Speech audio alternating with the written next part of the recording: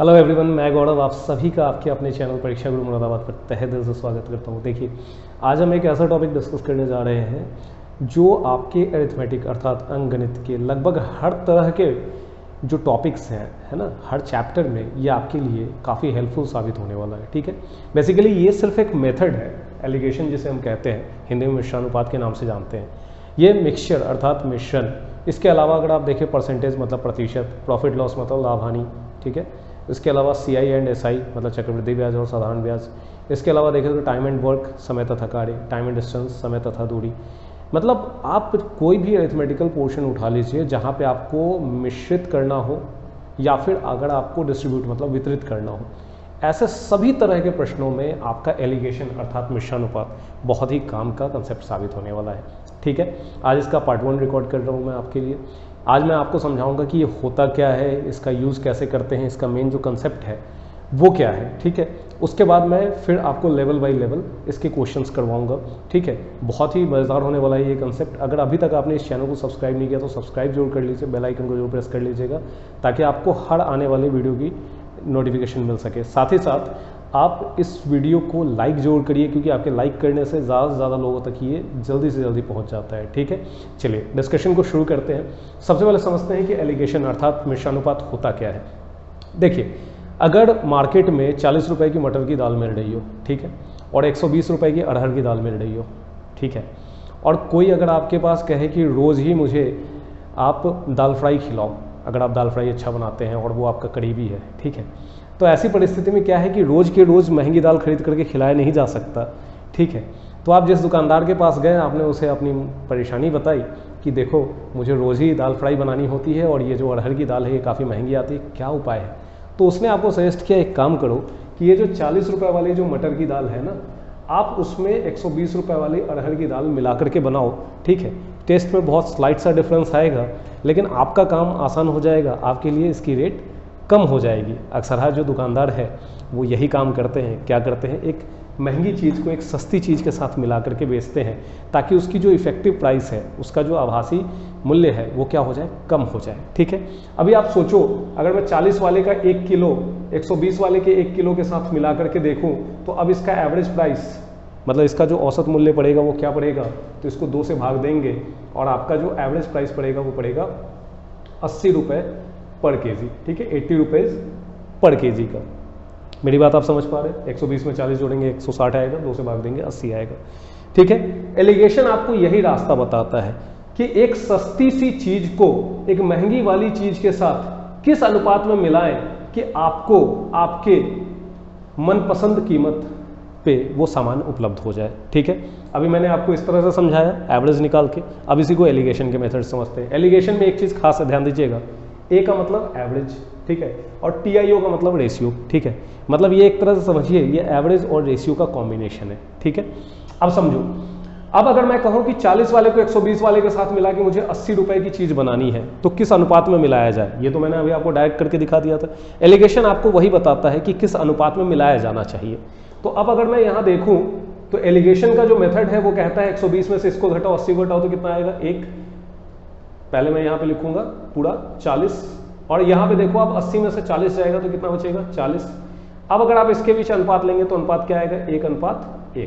ठीक है, अभी हमने यही किया था ना, 40 वाला 1 केजी और 120 वाला 1 केजी मिला करके जब हमने उसका एवरेज निकाला था तो वो कितना आया था, 80। ठीक है, अब इस एग्जाम्पल का क्या बेनिफिट मिला, इस एग्जाम्पल से हमें इसके कंसेप्ट को समझने में आसानी होगी कि एलिगेशन का स्ट्रक्चर ही ऐसा होता है कि एक तरफ हम चीपर मतलब एक तरफ हम सस्ती चीज रखते हैं, ठीक है, शॉर्ट में हम इसको C से रिप्रेजेंट करते हैं, दूसरी तरफ डेयर मतलब दूसरी तरफ हम महंगी चीज रखते हैं, इसको हम शॉर्ट में D से रिप्रेजेंट करते हैं। इन दोनों को मिलाने से हमें एक मीन प्राइस मतलब एक माध्य कीमत, अभी अगर हम कीमत के सेंस में बात कर रहे हैं, बात बाकी आप जो भी कुछ मिला रहे हैं तो आपको इन दोनों का माध्य प्राप्त होता है जो कहाँ लिखा जाता है, बीच में लिखा जाता है। ठीक है, तो पहली वाली वैल्यू पाने के लिए आपको क्या करना पड़ेगा, इस महंगी वाले में से इस मीन को घटाना पड़ेगा, मतलब D-M। ठीक है, क्योंकि हमेशा हम बड़े में से छोटे को घटाते हैं, तो ये बड़ा है और ये छोटा है। ठीक है, तो D-M कर दिया।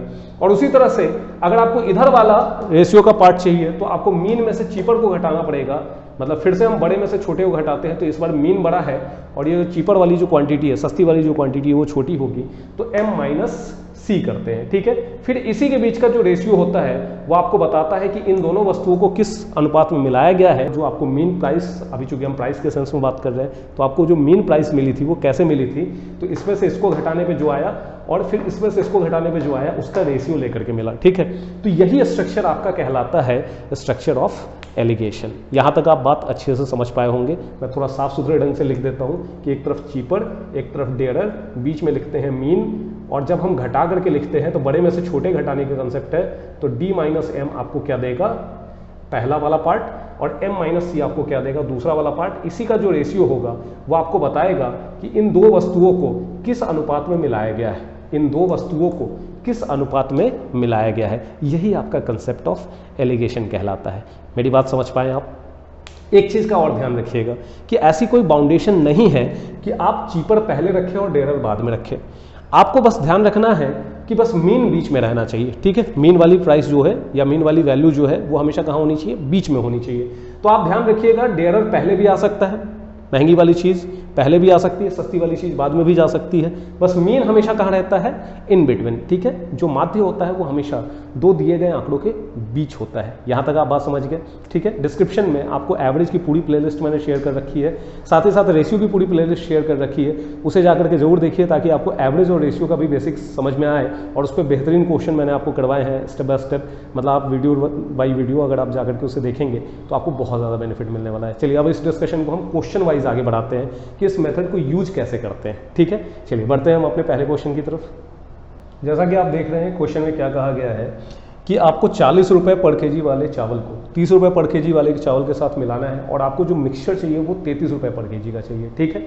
ध्यान रखिएगा जिस सीक्वेंस में उसने पूछा है उसी सीक्वेंस में जवाब दिया आना चाहिए। उसने अगर 40 वाले को पहले रखा है, मतलब महंगी चीज़ को पहले रखा है, तो कोई दिक्कत नहीं है, हम 40 पहले लिखेंगे। 30 वाले को बाद में रखा है तो हम 30 को क्या लिखेंगे, बाद में लिखेंगे। और बीच में इन दोनों से जो मुझे मिश्रण चाहिए वो 33 रुपये का चाहिए, मतलब मीन वाली वैल्यू यहाँ लिखी जाएगी, ठीक है। ऐसे करके ध्यान रखिएगा इसका जो सीक्वेंस होना चाहिए वो CMD का होना चाहिए। कैसा होना चाहिए, मैं आपको एक शॉर्टकट समझा दूँ, CMD, ठीक है, मतलब चेयरमैन कम मैनेजिंग डायरेक्टर, ठीक है। CMD किसी भी कंपनी का होता है। तो इसी तरह से ध्यान रखिएगा, चीपर, मीन, डेयरर, या फिर अगर आप इसको उल्टा कर देंगे तो DMC, डेयरर, मीन, चीपर। हर हाल में M मतलब मीन, M मतलब मिडिल में आना चाहिए, ठीक है। हिंदी में बोले तो M मतलब मध्य में आना चाहिए। मेरी बात समझ पा रहे हैं आप? ये चीज आप मत मिस करिएगा। और मीन वाली जो वैल्यू होगी एक से छोटी होगी और एक से बड़ी होगी हमेशा, ठीक है। जैसे यहाँ पे 40 से छोटी है लेकिन 30 से क्या है, ये बड़ी है, ठीक है। तभी तो वो बीच में होगी, मतलब बीच में एग्जैक्टली इन द मिडल नहीं होनी चाहिए, लेकिन इन बिटवीन होनी चाहिए। आई होप अब आप अच्छे से समझ गए होंगे, ठीक है। अब देखो इसका आंसर लिखने का तरीका वही है, आपको क्या करना है, सब्ट्रैक्ट करके वैल्यू लिखनी है। तो आप देखो यहाँ पे 40 में से 33 घटाओगे तो कितना आएगा, 7, और यहाँ 33 में से 30 घटाओगे तो यहाँ कितना आएगा, 3। मतलब ये जो सब्ट्रैक्ट करके आया वो इसी लाइन में लिखना है, और यहाँ पे जो सब्ट्रैक्शन करके आया वो इसी लाइन में लिखना है, ठीक है। इसी के बीच का जो रेशियो होगा वो आपका आंसर होगा। तो उसने आपसे पूछा था कि 40 वाले को 30 वाले के साथ किस रेशियो में मिलाया जाए कि रिजल्ट जो मुझे मिले वो 33 रुपये पर केजी वाले चावल का मिले, ठीक है। तो अभी आपको रेशियो पता चल गया, 3 इधर और 7 इधर, मतलब कुल मिला के अगर 10 किलो चावल होगा ना मिश्रण, तो 10 किलो मिश्रण में 3 किलो 40 रुपये वाला होगा, और 7 किलो जो होगा वो कौन सा वाला होगा, वो होगा आपका 30 रुपये पर केजी वाला, ठीक है। यही आपके एलिगेशन की खासियत है, आप कह लें, ठीक है। चलिए बढ़ते हैं अगले क्वेश्चन की तरफ। देखिए ये भी एक ऐसा क्वेश्चन है जिसका जवाब आप सेकंडों में दे सकते हैं एलिगेशन का यूज करके। बस इस पूरे क्वेश्चन में एक छोटी सी बात है जो हिडन है वो आपको समझनी है, ठीक है। देखिए क्या कह रहा है आपसे कि 36 रुपये पर लीटर का आपका क्या है, मिल्क है, ठीक है। इसमें मिलाना है हमें पानी, ठीक है। मतलब मिल्क में हम मिला रहे हैं वाटर, जिससे कि इसका रेट कम किया जा सके। अक्सर है इसलिए पानी मिलाया जाता है ताकि जो इफेक्टिव प्राइस है वो क्या हो सके, कम हो सके, और फिर उसको ज़्यादा से ज़्यादा कीमत में बेच के ज़्यादा से ज़्यादा लाभ कमाया जा सके। जनरली बेईमान लोग ऐसे करते हैं, ठीक है। तो क्या एलिगेशन बेईमान लोगों के लिए कंसेप्ट है? नहीं, ईमानदारी के लिए भी है। अगर आप किसी भी केमिकल के कंसंट्रेशन को कम करना चाहते हैं उसके लिए भी आप एलिगेशन को यूज़ करेंगे। तो अभी अगर आपका मिल्क अगर किसी केमिकल की तरह होता तो मिल्क की कंसंट्रेशन को कम करने के लिए क्या मिला रहे हैं हम, वाटर। तो किस रेशियो में मिलाया जाना चाहिए ये आपको कौन बताएगा, एलिगेशन। मेरी बात आप समझ पा रहे हैं? चलिए तो अब इसी बात को मैं फिर से क्लियर कर दूं। जैसे यहाँ मिल्क है और इसमें हम क्या मिला रहे हैं, वाटर। मिल्क की आपको प्राइस दी गई है, ठीक है। वाटर का अभी आपको कुछ नहीं पता, बस यही चीज़ हिडन है, ये समझने वाली चीज़ है, जिससे कि आपको जो मिश्रण प्राप्त हो वो कितने का हो, 28 रुपये पर लीटर का। हमने एलिगेशन का स्ट्रक्चर लिख दिया, बस अभी हमें नहीं पता है कि यहाँ पे वैल्यू क्या आनी चाहिए। तो अब मैं आप ही से सवाल पूछता हूँ कि अगर हम इंडिया में हैं तो आपको वाटर कितने रुपए का खरीदना पड़ता है, ठीक है, किसी पर्टिकुलर एरिया की बात नहीं कर रहे, ऑल ओवर इंडिया में अगर हम देखें तो वाटर की जो प्राइस है वो क्या मानी जाएगी, 0, ठीक है, क्योंकि आपको वाटर के लिए कोई कीमत नहीं देनी होती, ठीक है। नहीं तो वो जो दूध वाला है वो भी पानी नहीं मिलाता, कुछ और मिला रहा होता, ठीक है, जिसकी कीमत उसे ना चुकानी पड़े। तो यहाँ पे भी क्या है, वही सस्ती से सस्ती चीज़ उसने मिलाई है, ठीक है। तो यहाँ 36 रुपये का जो दूध है वो 0 रुपये वाले पानी के साथ मिला करके उसकी प्राइस घटा करके इतनी कर दी गई है 28 रुपये पर लीटर। अब बताओ जरा एलिगेशन आपको क्या बताता है कि इसका रेशियो क्या होगा। तो देखो 36 में से 28 घटाओगे तो कितना आएगा, 8, ठीक है, 8 आएगा, है ना। और यहाँ पे देखो 28 में से 0 घटाओगे तो कितना आएगा, 28। अब अगर हम इसका रेशियो लेना चाहें तो रेशियो क्या आएगा, 7:2। अब जरा इस क्वेश्चन को देख लीजिए, ठीक है, बिल्कुल सेम पैटर्न का ही क्वेश्चन है, बेसिक सा ही क्वेश्चन है, लेकिन इसमें भी आपको एक बात सीखने को मिलेगी कि जब भी मिक्सचर को मिक्सचर के साथ मिलाया जाए, मिश्रण को मिश्रण के साथ मिलाया जाए तो उसमें क्या सावधानी बरतनी होती है, ठीक है, बाद बाकी सब कुछ वही है। तो ध्यान रखिएगा यहाँ मिक्सचर 1 जो है उसमें उसने मिल्क और वाटर का आपको रेशियो दे रखा है, ठीक है, लेकिन ध्यान रखिएगा आप दोनों को एक साथ नहीं लिख सकते, मतलब डायरेक्टली हम यहाँ पे 4/1 या 4:1 ऐसा करके नहीं लिखेंगे, नहीं तो हमारा पूरा आंसर गलत होगा। ध्यान देंगे इसमें किसी एक को चुनना पड़ेगा आपको, चाहे तो पूरा पूरा आप दूध का डिस्कशन करिए, मतलब दूध की जो मात्रा है उसका डिस्कशन करिए, या पानी की जो मात्रा है उसका डिस्कशन करिए। फाइनली जो रेशियो आएगा वही आपका फाइनल आंसर आएगा, चाहे आप दूध से निकाल लीजिए, चाहे आप इस रेशियो को पानी से निकाल लीजिए, ठीक है। पहले मैं आपको मिल्क से समझा रहा हूँ, फिर वाटर से भी समझा दूंगा। तो देखो अगर मैं यहाँ पे लिखूँ कि मिल्क इन मिक्सचर 1, ठीक है, शॉर्ट में लिख देता हूँ M/M1, तो बताओ कितना होगा। तो रेशियो का कंसेप्ट हमें कहता है कि 4:1 है, तो मैं इसको अगर सिर्फ मिल्क के बारे में बात कर रहा हूँ तो लिखूंगा 4/5, क्योंकि टोटल कितना है, 4 + 1 5। तो यहाँ पे हमने मिल्क का डिस्कशन कर लिया, ठीक है। अब बताओ इसमें क्या मिलाना है मुझे, पानी। तो अगर मैं पूछूं कि मिल्क इन वाटर कितना होगा, तो आपका जवाब होगा 0। जैसा कि अभी मैंने आपको पहले समझाया है कि अगर कीमत भी देखी जाए तो ये 0 है। पानी में दूध की मात्रा कितनी होगी, तो भाई पानी में तो दूध होता नहीं, वो मात्रा कितनी होगी, 0। तो जैसा डिस्कशन होगा उसके अकॉर्डिंग हम यहाँ क्वांटिटी रखेंगे। अब लास्ट में उसने कहा कि मिश्रण का अनुपात क्या हो जाए, 3:2 हो जाए, तो मिल्क इन फाइनल मिक्सचर, ठीक है, MF लिख दिया मैंने, फाइनल मिक्सचर। ये रिप्रेजेंटेशन आप अपने हिसाब से कर लीजिए, कोई दिक्कत नहीं है, बस आपको समझ में आना चाहिए, क्योंकि आप ऑब्जेक्टिव पेपर ही दे रहे हैं, ठीक है। तो उसमें आपका डिस्कशन आपको समझ में आना चाहिए, उनको सिर्फ आपके फाइनल आंसर से मतलब होता है, ठीक है। तो अभी बताओ आप मिल्क इन फाइनल मिक्सचर कितना है, तो अभी मैं देखूं इसके अकॉर्डिंग तो 3/5, ठीक है, 3 मात्रा है, कितने में से, 3 और 2 5 में से, बस आपका एलिगेशन सेट हो गया। अब आप फटाफट घटा करके अपना रेशियो बता दीजिए। तो देखिए 3/5 में से अगर 0 घटाऊंगा तो यहाँ 3/5 ही आएगा, ठीक है, और साथ ही साथ देखिए यहाँ 4/5 में से 3/5 घटाऊंगा तो कितना आएगा, 1/5, ठीक है।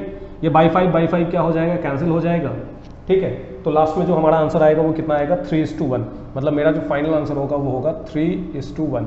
मतलब किस मात्रा में मिलाया जाना चाहिए था, पहले मिक्सचर में जो वाटर हम मिलाएंगे वो 3:1 के रेशियो में मिलाएंगे। मतलब टोटल अगर 4 लीटर का मिक्सचर बनेगा तो ध्यान रखेंगे उसमें 3 लीटर पहला वाला था और वाटर की क्वांटिटी जो थी वो 1 लीटर थी, ठीक है। यहाँ तक मेरी बात समझ में आ गई आपको।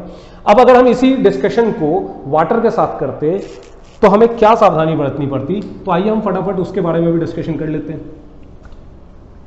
आंसर सेम आएगा, 3:1 आप देखेंगे, ठीक है। तो देखिए यहां पे सबसे पहले अगर मैं बोलता हूं वाटर इन मिक्सचर 1, ये चीज लिखना होता तो क्या लिखता मैं, 1/5, 1/5, समझ पा रहे हैं आप। दूसरी तरफ वाटर इन वाटर, तो रेशियो के अकॉर्डिंग वो 1 होगा, ठीक है, मतलब पूरा का पूरा क्या है, वो पानी है, ठीक है। वाटर इन वाटर, टोटल पानी है, तो 1/1, मतलब 1/1, तो फाइनली हम 1 ही लिखेंगे। परसेंट में होता तो यहाँ 100% लिखते, ठीक है, उसका भी मतलब क्या होता है, 1, क्योंकि 100% का मतलब 100/100 मतलब 1। मेरी बात आप समझ पा रहे हैं, ठीक है। चलिए अब यहाँ पे देखिए water in final mixture, water in final mixture कितना होगा, तो आप देख के बता सकते हैं sir water in final mixture होगा 2/5, कितना होगा, 2/5। अब आप इसको घटा लो, ठीक है। यहाँ पे जब आप घटाओगे तो 1 में से क्या घटाओगे आप, 2/5, तो कितना आएगा यहाँ पे 3/5, कितना आएगा 1 - 2/5 कितना होगा 3/5, ठीक है। अब देखो 2/5 में से 1/5 घटाओगे तो कितना बचेगा 1/5, ठीक है। रेशियो अगर आप लेंगे तो 5 कैंसिल होगा, रेशियो अभी भी कितना आएगा 3:1 का। 3:1 ही आपका फाइनल रेशियो आएगा। ठीक है, यही बात मैं आपको समझाना चाह रहा था कि चाहे आप मिल्क लेके चलिए या वाटर लेके चलिए, आपका कैलकुलेशन करने के बाद जो आंसर आएगा वो सेम आएगा। तो हम हमेशा देखते हैं कि कैलकुलेशन आसान कहाँ हो रही है। जब आप इधर की तरफ एक तरफ जीरो कर लेंगे तो आपकी कैलकुलेशन आसान होगी, मतलब पहली वाली कैलकुलेशन ज़्यादा आसान थी। दूसरे वाले में भी कोई ज़्यादा मुश्किल नहीं है अगर आपको ये घटाने जोड़ने में दिक्कत नहीं होती हो भिन्नों को। ठीक है, फ्रैक्शंस को अगर आपको जोड़ने घटाने में कोई प्रॉब्लम नहीं है तो। मेरी बात आप समझ पाए? ठीक है, चलिए आज का ये लेक्चर सिर्फ डेडिकेटेड था कि आपको बेसिक समझ में आ जाए कि एलिगेशन होता क्या है, ये तरीका कैसे इस्तेमाल होता है। इस पर बहुत बेहतरीन क्वेश्चन बनते हैं, तो मैं आपको लेवल बाय लेवल वो सारे क्वेश्चन कराऊंगा। ठीक है, मिलते हैं फिर हम अगले वीडियो में। आज के लिए इतना ही। लाइक करना मत भूलो, फटाफट लाइक कर दो आप इस वीडियो को। चलिए आज के लिए इतना ही। Thank you very much.